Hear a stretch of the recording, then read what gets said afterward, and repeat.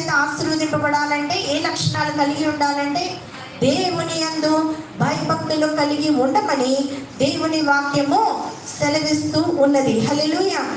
దేని కాలమందు దానిని చక్కగా దేవుడు నియమించి ఉన్నాడు గనక నువ్వు దేవుని యందు భయభక్తులు కలిగి ఉండాలి. హల్లెలూయా. నీ జీవితంలో ఏ రోజు ఏ కార్యము జరగాలో దేవుడు జరిగిస్తాడు.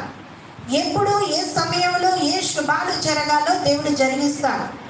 నీ కష్టాన్ని ఎప్పుడు తీర్చాలో దేవుడు తీరుస్తాడు. నీ భయాలన్నిటినీ పారద్రోలుతాడు. నీ శోధనలన్నిటినీ తరిమి కొట్టేస్తాడు. నీ యొక్క ప్రతి వేదనలో నుండి దేవుడు గొప్ప జయాన్ని ఇస్తాడు. దేవుడు నీ కన్నిటిని తుడిచేస్తాడు. నీ జీవితము జయ జీవితంలో నిలబెడతాడు. ప్రతి దినము నీ జీవితంలో ఏది జరగాలో దేవుడు దాన్ని నియమించి ఉన్నాడు.